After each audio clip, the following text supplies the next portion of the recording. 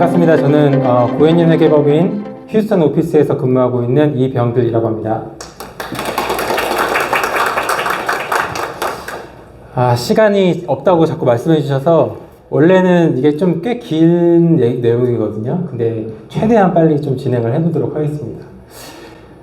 시작하기 전에 혹시 본사에 아마 여기 지상사분들이 많이 오셨을 것 같은데 본사 회사가 상장회사다 싶으신 분들 손 한번 들어주실 수 있나요?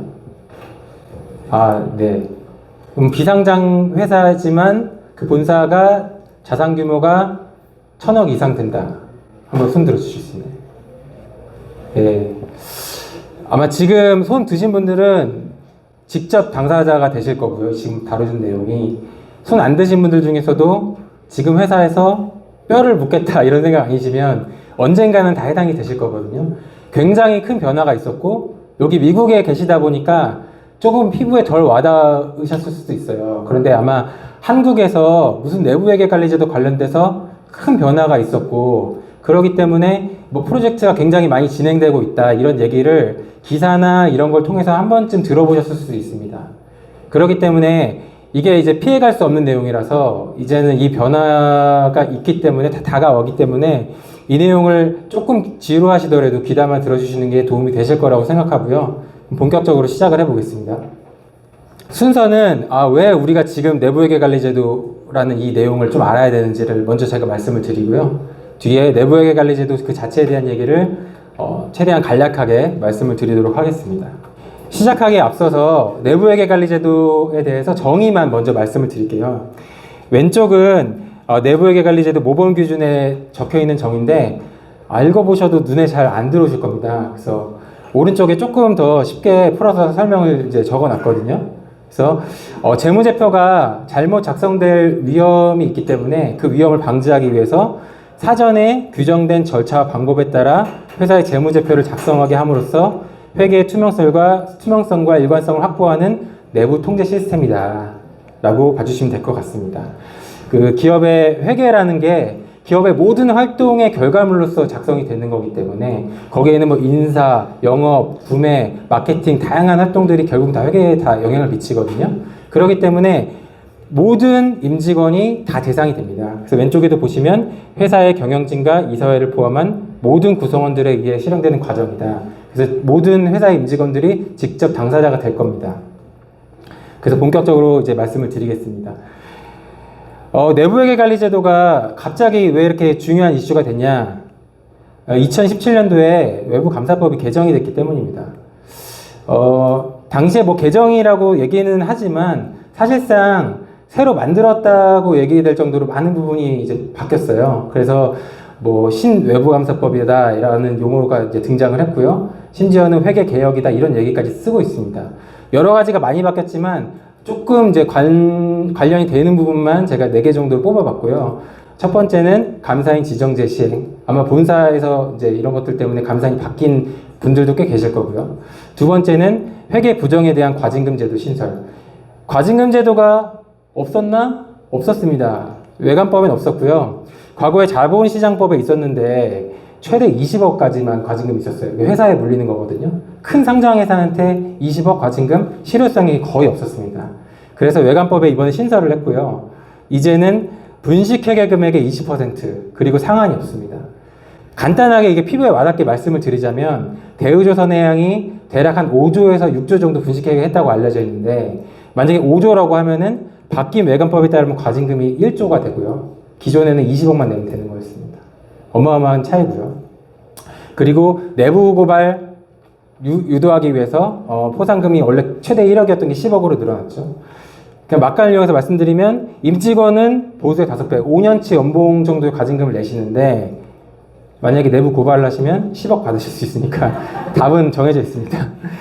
그 다음에 감사인 자문 요구하는 경우가 많았고 감사인한테 재무제표 작성 요구하는 경우가 많았는데 금지하는 거 법제화했고요. 그것 때문에 아마 본사에 뭐 연결 패키지 같은 거 만들어서 보내시는 분들도 계실 텐데 그게 감사인한테 재무제표 작성하지 못하게 하기 위해서 증선인한테 미리 감사받기 전에 제출하는 재무제표다라고 생각해 주시면 되겠습니다. 그리고 마지막으로 내부회계관리제도 강화 이것 때문에 오늘 이제 주제가 나온 거고요.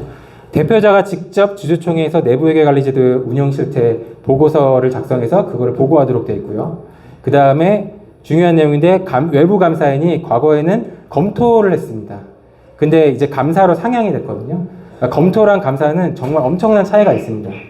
뒤에서 이제 말씀을 드리겠지만, 그리고 종속회사한테 영향을 미치게 된 거는 제일 마지막 것 때문이거든요. 기존에는 내부 회계 관리제도 운영 의무가 외관법에 개별 회사한테만 있었어요. 그러니까 한국에 있는 본사한테만 있었는데 이제 연결 기준으로 확대가 됐기 때문에 여기에 계시는 종속회사까지도 이게 다 의무가 된 겁니다. 그러면 왜 갑자기 이 내부 회계 관리제도 이게 외관법이 개정이 돼서 이렇게 힘들게 우리를 만들었나 하는 말씀을 좀 드리자면은, 내부회계 관리제도는 미국에서 이제 먼저 도입이 됐고요. 미국에서 되게 큰 사건이었던 앨런 분식회계 사건이 있었습니다. 그 이후에 삭스 법안이라는 게 이제 도입이 됐죠. 사르벤스 옥슬리 액트라 그래서 삭스 법안이 도입이 됐고, 그 법안에 따라서 내부회계 관리제도에 대한 감사를 2004년에 이제 시작을 했고요. 우리나라도 거기에 발맞춰서 외관법의 내부회계 관리제도를 도입을 했습니다. 그래서 아마 본사에서는 이미 시행을 하고 있어요. 근데 이번에 바뀐 게 감사가 생긴 거고요. 감사는 없었습니다. 우리나라에서는.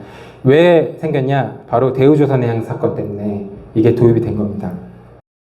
그래서 앨런 분식회계 사건과 대우조선해양 분식회계 사건 간단하게 말씀을 드리자면, 앨런사는 굉장히 돈이 컸습니다. 1000억 달러 매출을 2000년도에 돌파했었는데 실제로는 63억 달러였다고 하죠. 그러니까 분식회계를 거의 130조, 140조 정도를 했는데, 당시 어떤 방식으로 했냐면 자회사를 설립을 하고요.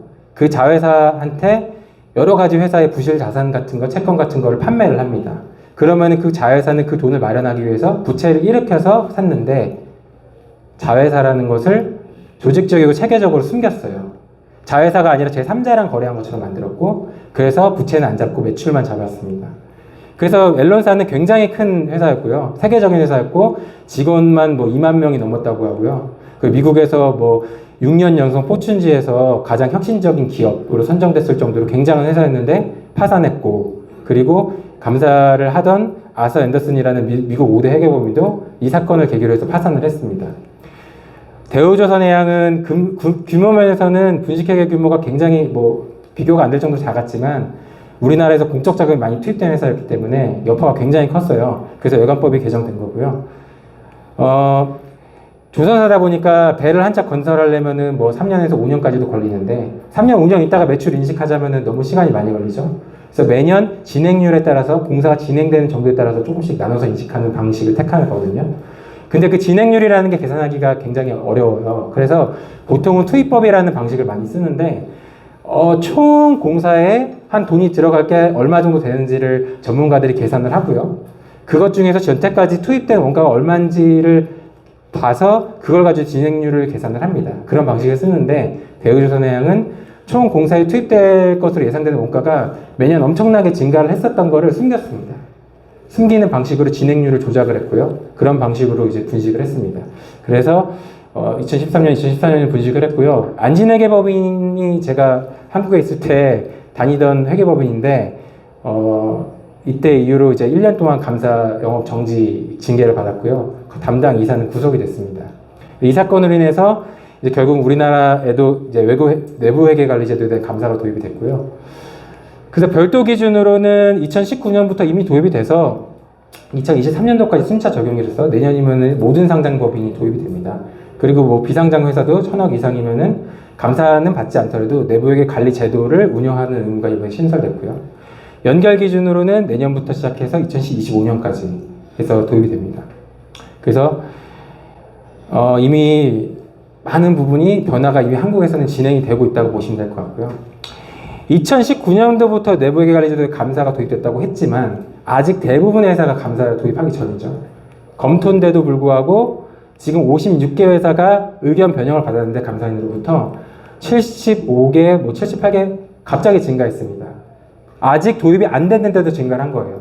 업계에서 분위기 파악이 된 거예요. 지금 굉장히 외관법이 변경돼서 이거를 검토하는 것도 굉장히 엄격하게 진행을 하고 있다는 겁니다. 감사를 받게 되면은 더 많이 늘어날 것으로 예상되고요. 그래서 제가 좋아하는 찰스 다윈이 했던 말 밑에다가 좀 담아봤습니다. 그래서 변화는 이미 시작됐기 때문에 여러분께서 잘 적응을 하셔야겠습니다. 연결 기준 내부회계 관리제도라고 말씀드렸는데 왜 내부회계 관리제도가 연결 기준으로 도입이 됐냐? 우리나라에서 도입하고 있는 KIFRS의 주 재무제표가 연결 재무제표이기 때문입니다. 자회사를 통해서 자회사를 숨기는 방식으로 언론이 분식회계 했다고 말씀드렸죠. 그런 것들을 막으려면 연결 기준으로 내부회계 관리제도 도입이 돼야 되기 때문에 그렇고요. 그러다 보니까 여기에 계시는 지상사에게도 큰 영향을 미치게 됐습니다. 근데 참 답답하고 어렵다고 말씀해 주신 분들이 많아요. 왜냐하면 기존에는 내부회계관리제도 종속회사에 구축도 안 돼 있었어요. 감사도 당연히 안 받았고 검토도 안 받았는데 갑자기 내년부터 감사를 받게 되는 회사들이 생겼거든요. 어려움이 예상이 되고요. 거기다가 아무래도 조금 개선 사항이 많이 있을 것으로 예상이 돼요. 그러니까 해외 자회사한테 충분한 인력을 투입하기는 어렵기 때문에 인력이 부족해서 업무 분장이 잘 안 돼 있는 회사들도 많고요. 그 다음에 아무래도 영업 환경이 많이 다른데 이 내부회계 관리 제도라는 게 먼저 한국에서 본사 위주로 구축을 하고 거기에 끼워 맞추기 식으로 이제 종속회사가 구축되는 경우가 많거든요. 그러면은 아무래도 실제 실무랑 다르게 운영되는 경우가 생길 수가 있겠죠. 그래서 개선 사항이 많을 것으로 예상이 됩니다. 내부회계 관리 제도에 대한 감사를 받게 되면요, 감사인이 이제 발견 사항들이 있겠죠. 그것들을 우리는 통제상 미비점이라고 이제 얘기를 해요. 근데 그거를 발생 가능성과 발생했을 경우에 미치는 영향 뭐 이런 것들을 고려를 해서 뭐 단순한 미비점, 유의적 미비점, 중요한 취약점으로 분류를 하고요. 중요한 취약점이 되면 이제 의견 변형이 되는 겁니다. 유의적 미비점은 중요한 취약점으로 아직 안 간 거예요. 그래서 감사인이 시정계획을 주세요라고 말씀을 드릴 텐데 그 시정계획에 따라서 중요한 취약점으로 갈 수도 있고 안 갈 수도 있습니다. 그런데 여기서 주의하실 점은 개별 자회사에서 계속 결론적으로는 유의적 미비점으로 분류가 됐다고 하더라도 본사에서는 이게 중요한 취약점으로 분류될 수 있어요. 그래서 유의적 미비점도 발생하지 않도록 해주시는 게 중요합니다. 중요한 취약점으로 가면 의견 변형이 된다고 말씀드렸는데 대표적인 사례를 제가 몇 개 말씀을 드릴게요. 그래서 그 경영진행에서 부정이 있었다든지 유의적 미비점에 대해서 적절한 시정 조치가 없었다든지. 근데 첫 번째 부분을 좀 말씀을 드리면 감사은행에서 재무제표의 수정사항 없는 회사가 없죠, 사실은. 근데 이게 중요한 수정사항이 있었다면은 기존에는 수정 반영하면 재무제표에 대해서 의견 적정받고 끝났어요. 근데 이제는 이런 것들이 왜 감사인에서 발견됐냐, 내부 통제가 잘 안 되고 있구나, 그래서 내부회계관리제도에서 중요한 취약점으로 보는 겁니다. 그래서 의견 변형이 되죠. 근데 내부회계관리제도에서 의견 변형이 됐는데 재무제표에 대해서 적정받는 게 이론상으로 불가능한 건 아닌데 그런 용기 있는 선택을 감사인이 못합니다. 그래서 다 의견 변형이 있었고요. 결국은 과거에는 적정받았었던 것들인데 앞으로는 비적정 받게 될 수도 있다는 얘기예요. 그래서 재무제표에서 중요한 발견사항이 감사인에 대해서 발견되지 않도록 해주시는 게 굉장히 중요합니다. 의견 변형이 되면 당연히 외관법에 따른 법정 제재 받으시고요. 시장에 알려지니까 주가 하락될 것이고 은행에 알려져서 기업 신용도가 악화되면은 대출이라든지 어려울 수 있고요. 임직원 성과평가 악영향 이 부분 말씀드리면 아까 대표자가 주주총회에서 발표하도록 했다고 했잖아요. 내부회계관리제도 평가 결과를. 근데 그 평가 결과를 임직원의 성과평가에 반드시 반영하도록 외관법이 명시하고 있습니다. 그렇기 때문에 이 내부회계관리제도가 결국 다 당사자라고 말씀을 드렸는데 내 성과평가에 직접적으로 관련되어 있는 거예요. 경영진의 책임, 내부회계관리제도라는 경영진의 책임은 사실 새로 생긴 건 아니에요. 기존에도 있었고요. 2004년부터 있었던 거고 내부회계관리제도를 구축하고 운영하고 평가하는 것까지 원래 있었습니다. 이번에 추가된 게 감사인의 평가가 도입이 된 거고요. 재무제표랑은 좀 차이가 있는 게 재무제표는 작성하시고 공시만 하시면 돼요. 평가는 감사인이 했는데 이거는 회사 내부적으로도 평가를 하시고 감사인도 하는 거예요. 그러면 실무자 입장에서는 2번 감사 받으시는 거예요. 자료 제출 요구 2번 있을 거예요. 그래서 업무가 조금 과중된다고 느끼실 수도 있지만 어쩔 수가 없습니다. 이미 이런 변화가 있었기 때문에 해당되시는 분들은 그렇게 하셔야 될 거예요. 그러면은 내부회계관리제도 검토랑 감사가 어떤 차이가 있냐, 이 부분만 말씀을 드리면 사실 검토는 감사에 비해서는 중요도가 많이 떨어져요. 그러다 보니까 설계평가 부분은 관행적으로 수행되지 않았었어요. 근데 설계가 잘 됐는지, 그러니까 효과적으로 어떤 위험을 방지할 수 있도록 잘 설계가 됐는지를 감사인도 별도로 설계평가를 하게 돼 있고요. 운영평가는 굉장히 많은 샘플링을 요구하게 될 거예요. 그러니까 증빙을 이제 제출을 많이 요구가 될 텐데 기존에는 키 컨트롤러를 해서 주요 통제 활동을 회사가 분류를 해놓거든요. 전체 통제 활동이 100개면 키 컨트롤 10개도 안 되는 경우가 많아요. 그것의 20%만 감사인이 테스트를 했거든요. 이제는 키 컨트롤을 감사인이 직접 분류합니다. 그럼 100개 중에 몇십 개가 될 수도 있어요. 그 전체를 다 테스트라고요. 샘플 사이즈도 기존에는 축소해서 뭐 1개에서 5개 했다면 이제는 풀 샘플 사이즈를 적용합니다. 많으면 몇백 개까지도 하게 될 거예요. 그리고 기존에는 뭐 승인을 받았냐 안 받았냐, 이런 절차를 취했냐 안 취했냐 이런 것만 좀 봤다면, 감사를 받으시게 되면 그 승인된 문서가 정말로 승인을 받을 만큼 정확하게 작성되어 있고 신뢰할 수 있는 문서인지까지 다 검토를 하게 됩니다. 그래서 회사들이 어떻게 됐냐, 한국에선 이미 난리가 났어요. 감사인들이 지금 퇴사하고 난리가 났대요. 우리가 또 회계법인에서 일하시는 분들. 왜냐하면 프로젝트를 지금 몇 년째 비시즌에 계속 감사 일을 하고 있거든요. 한국에선 그런 상황이에요. 왜냐하면 기존에도 내부회계 관리제도 있었지만 사실상 검토받다 보니까 별로 중요하게 다뤄지지 않아서 업데이트도 잘 안 돼 있었고요. 실제 실무랑 떨어져 있는 경우가 많았어요.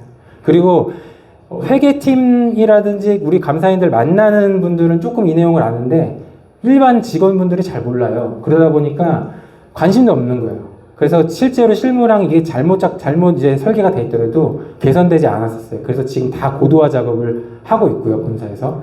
이제 종속회사도 하시게 되거나 이미 하시고 있을 겁니다. 그런데 시간이 부족합니다. 2025년부터 전면 도입이기 때문에요. 왜냐하면 IT 시스템 관련된 개선 사항이 나오면 시스템 전체를 뜯어 고쳐야 되는 경우도 있기 때문에 개선에도 시간이 걸리고요. 뜯어 고친 다음에 한번 돌려봐야 되죠. 1년은 돌려봐야 될 텐데 그럴 시간이 없어요. 그래서 이게 너무 부담이 되니까 한국에 있는 회사들이 막 이제 난리를 쳤겠죠.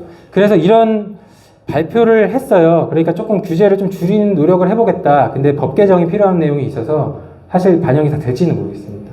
뭐 보시면은 모든 상상회사가 도입이었던 게 뭐 자산 1,000억 이하면 좀 빼달라, 뭐 이런 얘기도 있고요. 내부회계 관리 제도를 이제 프로젝트를 만약 진행하시면 설계를 할 때 내가 하는 업무에 대한 게 내가 진짜 실행 가능한 상태로 설계가 잘 됐는지에 대해서 관심을 가지고 인터뷰도 하시고 검토도 해주셔야 돼요. 잘못 설계되면 나중에 그 화살이 다 자기한테 돌아올 수 있습니다. 그래서 여기 계신 분들이 회사로 돌아가시면 만약에 이런 것들이 관련이 있는 회사다 그러면은 모든 임직원분들이 이거에 관심을 가지고 참여할 수 있도록 독려를 해주셔야 돼요. 그래서 한 번 더 강조하자면 살아남으시기 위해서 변화에 적응을 하셔야 되겠습니다.